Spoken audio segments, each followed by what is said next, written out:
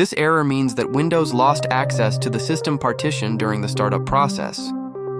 This is often caused by a change in BIOS settings, corrupted boot files, or a problematic storage driver.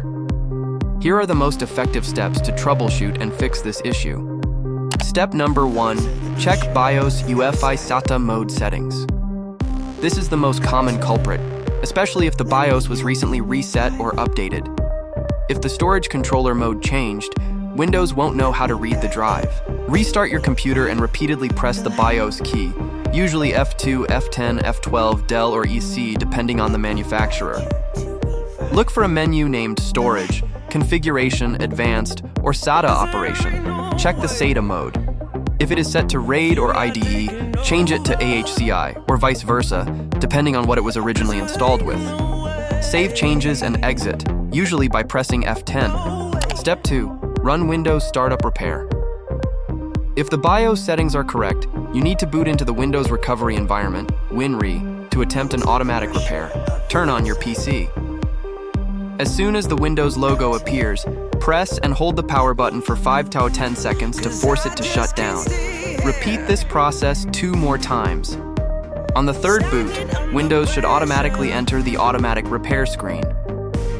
Click Advanced Options.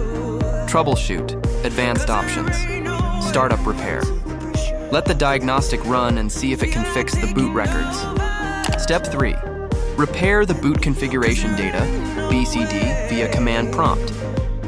Since automatic repair sometimes fails, manually rebuilding the boot sectors via command prompt is highly effective. Again, go to the Advanced Repair mode.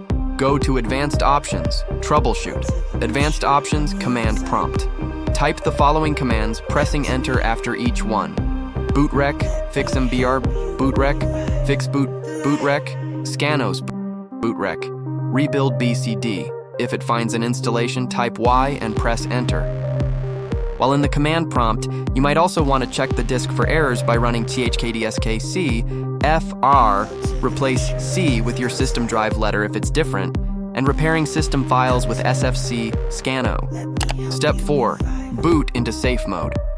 Sometimes a recently installed driver, like a storage controller driver update, causes this.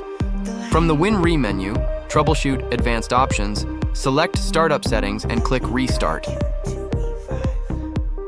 After restart, the PC, press F4 or 4 to boot into safe mode. If Windows successfully boots into safe mode, the issue is likely a driver conflict. You can open Device Manager, expand IDE ATA ATAPI controllers or storage controllers, and try rolling back or uninstalling recent driver updates. Did this error appear suddenly, or did it happen immediately following a recent Windows update, a BIOS update, or a hardware change? Is your problem fixed or not? Let me know in comment box. Please don't forget subscribe, share, comment. Thanks.